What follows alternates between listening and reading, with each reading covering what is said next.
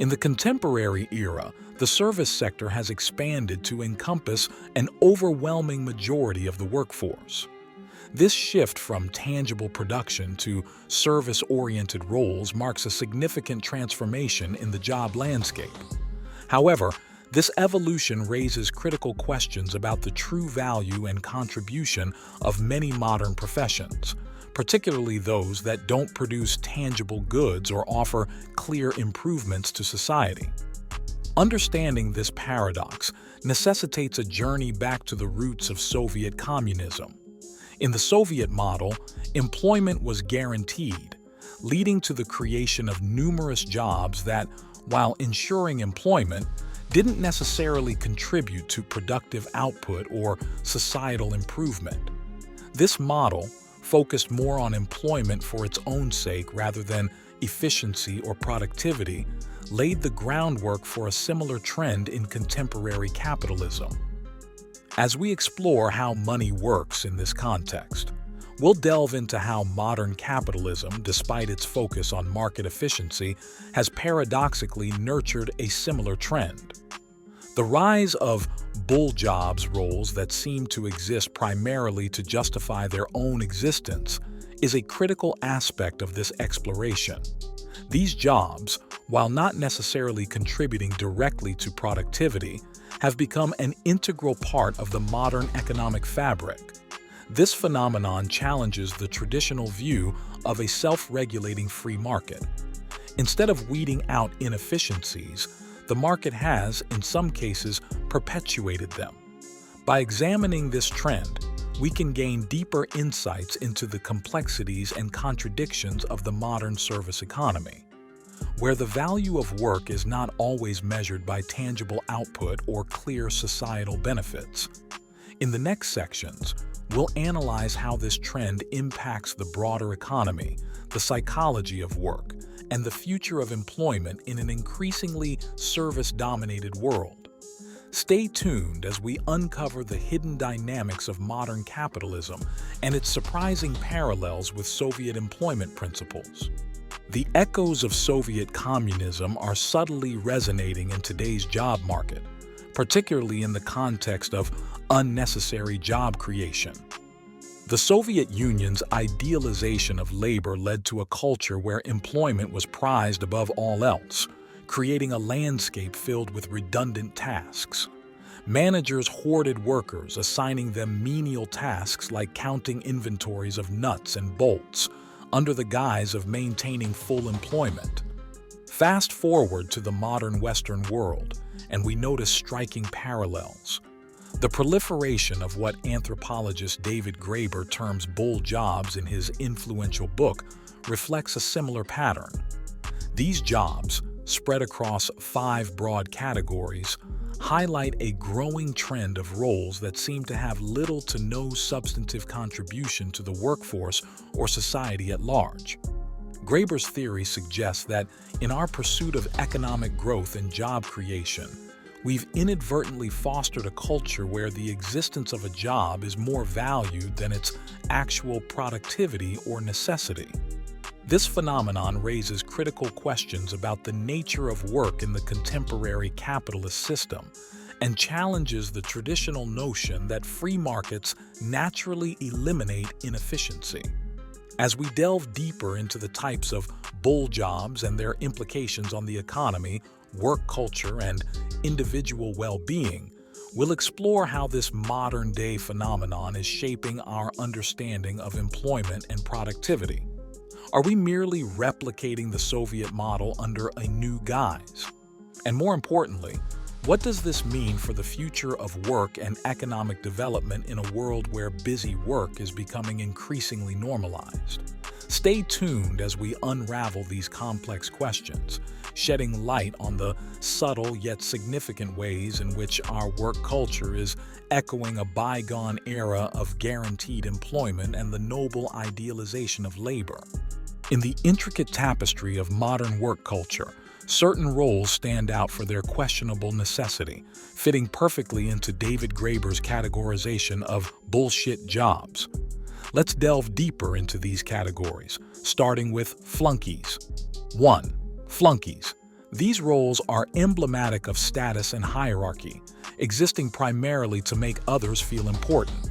Doormen, receptionists, and chauffeurs could be supplanted by technology, yet they persist, highlighting an archaic workplace culture that values appearance over efficiency. 2. Duct tapers. These individuals are the unsung heroes who temporarily fix problems that scream for permanent solutions. Consider the case of an inventory manager, constrained by outdated systems, patching up issues that could be easily automated or decentralized among staff. Their value is diminished, not by their lack of skill, but by the inefficiencies they're forced to navigate. 3. Box tickers. These employees are the epitome of corporate theater. They produce content or organize events like internal company newsletters and staff parties that few engage with but are deemed necessary for maintaining a facade of corporate legitimacy. This category reveals a fascinating aspect of modern corporations. They engage in activities more for external appearances than for internal utility. As we progress into the darker realms of the bullshit job spectrum, it becomes evident that these roles, while seemingly trivial, can have profound implications on both the individual and organizational levels. They reflect a work culture more concerned with perception than productivity, and this mindset can lead to systemic inefficiencies and a disillusioned workforce. In our exploration of these job categories, we're not just critiquing the roles themselves, but questioning the underlying corporate culture that perpetuates their existence. It's a culture that prioritizes superficial markers of success over genuine value creation, leading to a workforce that is often disengaged and underutilized. As we continue to peel back the layers of this phenomenon, we confront the fundamental question: how can we reshape our work culture to prioritize meaningful, productive employment that not only benefits individuals, but also contributes to a more efficient and effective economy? Stay tuned as we explore more categories of bullshit jobs and unravel the complexities of the modern workplace. The concept of goons, as introduced by David Graeber, highlights a controversial aspect of modern work culture: jobs that, while deemed necessary, often yield a negative impact on society. The role of goons. Goons are essentially jobs created to counterbalance other unnecessary roles in a system that perpetuates its own inefficiencies. A prime example is in-house corporate lawyers. These individuals don't directly contribute to the production or innovation within a company. Yet, they become indispensable in a business landscape rife with legal complexities and corporate litigation. Patent trolls. A more concerning manifestation of goon jobs is found in the operations of patent trolls. These entities don't contribute to technological advancement or innovation.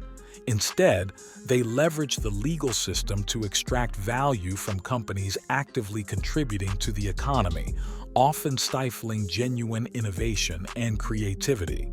The Apple versus Samsung case. Take the case of Apple suing Samsung over design patents. The legal battle, driven by teams of lawyers and supported by various administrative roles, did little to foster genuine innovation or market competition.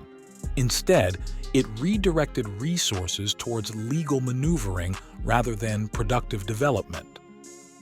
Lobbyists and salespeople.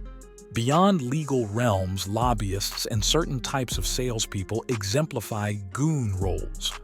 Lobbyists work to bend regulations to suit corporate interests, often at the expense of broader societal good. Similarly, some sales roles, primarily those that simply shuffle business from one entity to another without adding real value, fall into this category. The existence of goon jobs raises critical questions about the allocation of human capital and resources in our economies. These roles, while often lucrative and necessary within the current system, divert talent and resources away from productive and socially beneficial endeavors. They represent a significant inefficiency in modern economic systems, a byproduct of overly complex legal, regulatory, and corporate structures. As we delve deeper into the realm of goon jobs, we're compelled to examine the broader implications of these roles on innovation, economic growth, and societal welfare. The challenge lies in navigating a business landscape where such roles are entrenched and often rewarded, despite their questionable contribution to real value creation. In our ongoing exploration of bullshit jobs, the goons represent a facet of modern work that demands scrutiny and reform. Understanding their role and impact is crucial as we consider how to foster a more productive, innovative, and socially responsible economic system. The phenomenon of taskmasters, as identified in David Graeber's exploration of modern work culture, presents a critical examination of certain management roles. These roles, often seen in hierarchical corporate structures, may raise doubts about their actual contribution to productivity and efficiency. The essence of taskmasters. Taskmasters are essentially individuals placed in managerial positions, overseeing employees who may not require such supervision. While effective management is crucial for coordinating diverse skill sets and driving team goals, the necessity of certain managerial roles, especially in homogeneous teams, is debatable. The impact of overmanagement. In best-case scenarios, these managers act as motivators, fostering a positive work environment. However, the darker side reveals managers who, in efforts to justify their positions, engage in counterproductive activities. These include unnecessary meetings, bureaucratic processes, and strategic planning that adds little value to the actual work being done. Combination of bullshit job factors. Some employees, especially in middle management, might find their roles intersecting various categories of unnecessary jobs. They might manage departments with questionable utility, upholding a corporate structure that prioritizes hierarchy over efficiency. This situation begs the question, how did the corporate world evolve to accommodate and even reward such seemingly redundant roles? A closer look reveals a complex interplay of corporate culture, economic trends, and organizational psychology. Corporate culture and hierarchy. Many organizations have developed cultures that equate complex hierarchies with success and prestige. This has led to the creation of layers of management, sometimes without considering the actual need or productivity impact of these roles. Economic shifts. The shift from industrial to service-based economies has played a part. As more jobs became centered around intangible services rather than tangible goods, the metrics for productivity and necessity became less clear, paving the way for ambiguous roles. Organizational psychology. There's also a psychological aspect where high-level executives perceive value in expanding their managerial cadre, often as a status symbol or to offload responsibilities. The existence of taskmasters in modern corporations is a symptom of broader systemic issues within workplace structures and cultural norms. As businesses continue to evolve, there's a growing need to reevaluate these roles, focusing on genuine productivity, employee well-being, and organizational efficiency. Rethinking these aspects of corporate culture and structure is vital for creating more dynamic, responsive, and genuinely productive work environments. This reconsideration may involve embracing flatter organizational structures, redefining productivity metrics, and cultivating a culture that values genuine contribution over mere presence. The perplexing rise of bullshit jobs in our modern capitalist systems mirrors, to some extent, the bureaucratic labor obsessions of the Soviet Union. While capitalism touts efficiency, the reality of modern workplaces often contradicts this principle. Bureaucratic parallels. Just as the Soviet Union created jobs to fulfill its labor-obsessed ideology, contemporary companies often fall into a similar trap. The drive to appear industrious or to fulfill arbitrary work quotas leads to the creation of roles with little to no productive value. The middle management conundrum. Middle managers in modern corporations may unintentionally mirror Soviet practices by accumulating staff to boost their own importance, perpetuating inefficiency. They create an illusion of indispensability, much like Soviet labor propaganda, often through platforms like LinkedIn where achievements are exaggerated or misrepresented. The 40-hour workweek trap. The insistence on fulfilling a standard 40-hour workweek, regardless of actual work necessity, contributes to the creation of superfluous tasks. This not only perpetuates inefficiency, but also stifles genuine productivity and creativity. Regulatory complexity and corporate influence. The intricate web of regulations governing business operations inevitably leads to the proliferation of roles dedicated to compliance and legal navigation. While some regulations are vital, the complexity can stifle innovation and create barriers to entry for smaller competitors. Is there a solution? As a society, rethinking our approach to work and productivity is crucial. Accepting that not all jobs require a rigid 40-hour commitment could unveil the true contributors versus those engaged in redundant tasks. For individuals, if you find yourself in a role filled with non-essential tasks, it may be challenging to effect immediate change. Focusing on side projects or endeavors that align more closely with genuine productivity could offer a reprieve. Alternatively, understanding and accepting the nature of your role might make it more bearable. For society, a shift in perspective about work hours and productivity is needed. Embracing flexibility and valuing actual output over mere presence could lead to a more efficient and fulfilled workforce. The journey from the Soviet Union's labor obsession to today's corporate bureaucracies reveals deep-rooted challenges in our understanding of work and productivity. By acknowledging these issues and fostering a culture that values genuine contribution over superficial busyness, we can steer towards a more efficient and fulfilling work environment. As individuals, finding peace within this system or seeking alternatives that align with our values might be the key to navigating this complex landscape. And don't forget to like and subscribe to the channel so you don't miss the news.